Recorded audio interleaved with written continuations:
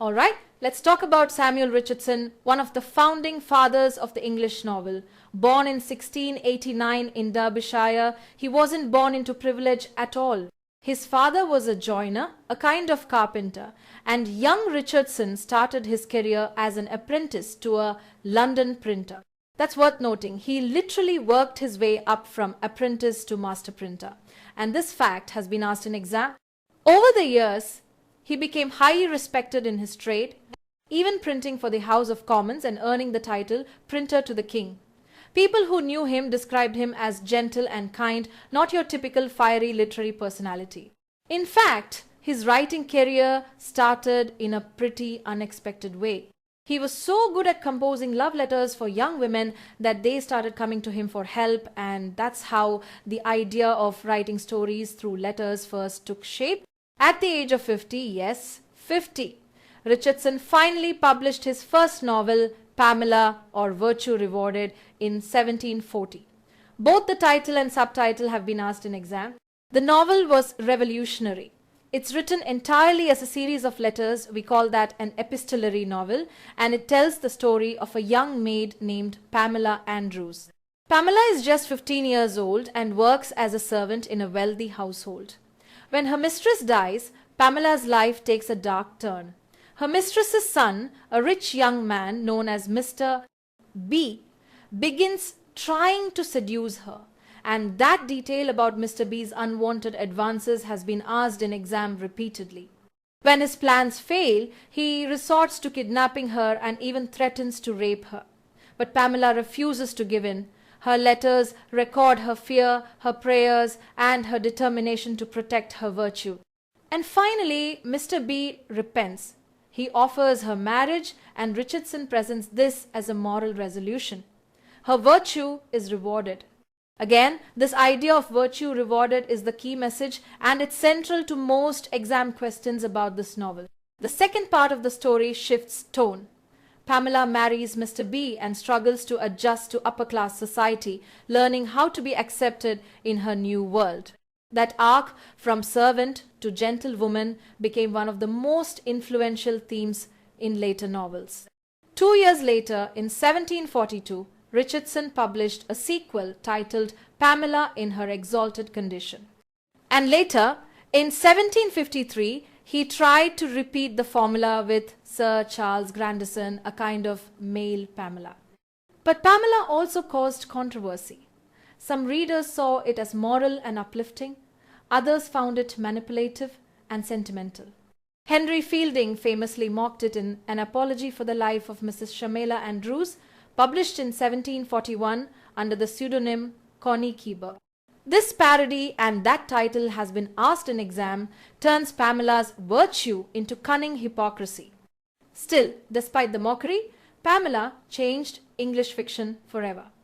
It's often credited as the first true English novel. Now, that claim depends on how you define a novel. But there's no doubt that Richardson's focus on psychological realism, his attention to emotion, detail, and a single unified action was groundbreaking. Later, critics like Ian Watt, in his study The Rise of the Novel, placed Richardson right alongside Defoe and Fielding as the architects of modern fiction. And yes, that connection, Watt's The Rise of the Novel, studies in Defoe, Richardson, and Fielding has been directly asked in exam. So to sum it up, Samuel Richardson, a printer turned novelist, gave us Pamela, the first full-length English novel written in letters, a story of class, virtue, and female endurance. It shocked some, inspired many, and changed literature forever. Richardson's Clarissa, whose full title is Clarissa, or The History of a Young Lady, was published between 1747 and 1748, and yes, both the title and the publication years have been asked in exam. This is his second novel, following Pamela. And it's a deeply tragic story, a psychological and moral drama about virtue, manipulation, and suffering. It's written in what was then the fashionable epistolary form, meaning the entire story unfolds through letters. Most of these are written by Clarissa Harlowe herself and her charming yet dangerous seducer, Robert Lovelace. Remember that, pairing Clarissa and Lovelace, because it's often highlighted in exam. Through their letters, we see the clash between innocence and corruption, idealism and worldly desire. The novel is massive, over 1,000,000 words long, and Richardson spares no detail in analyzing emotion.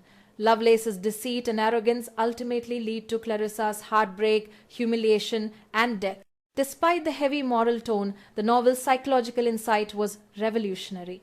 Richardson dissected the inner life of his characters long before Freud made that fashionable. Then comes Sir Charles Grandison, published in 1753, and yes, the title has appeared in exam questions as well. This was Richardson's third novel. And here he tried something new, a heroic male version of Pamela and Clarissa, someone who could embody perfect virtue. The result was Sir Charles, the gentlemanly, moral, benevolent, ideal man. But here's the problem. Sir Charles is so good that he's almost dull. He faces no real moral struggle except choosing between two women, the English Harriet Byron and the Italian Signora Clementina. And as critics often joke, a divided love between two perfect ladies doesn't exactly make for thrilling drama. Now, even though Richardson's novels can feel overly long and confined, mostly set indoors, filled with endless letters, and heavy moralizing, his psychological depth and attention to emotional detail were groundbreaking. He was one of the first novelists to show not just what characters did, but why they did it. His letters dive deep into fear, guilt, temptation, and conscience. That's why he's credited with advancing the psychological novel. Still, his tone can be a bit prudish. His characters are often too virtuous or too wicked, with very little middle ground. Humor is rare, and readers sometimes feel trapped in the moral tightness of his world. Yet his female characters, Pamela, Clarissa, Harriet, are incredibly well drawn. They feel real, articulate, and emotionally intelligent. Richardson's women, in particular, mark a huge leap forward in English fiction. To sum up, Clarissa gives us passion, tragedy, and psychological realism. Sir Charles Grandison gives us morality and idealism, maybe too much of both. Together, they show Richardson's lasting contribution, the novel as a space for moral reflection and emotional analysis. He taught later writers how to explore the human heart.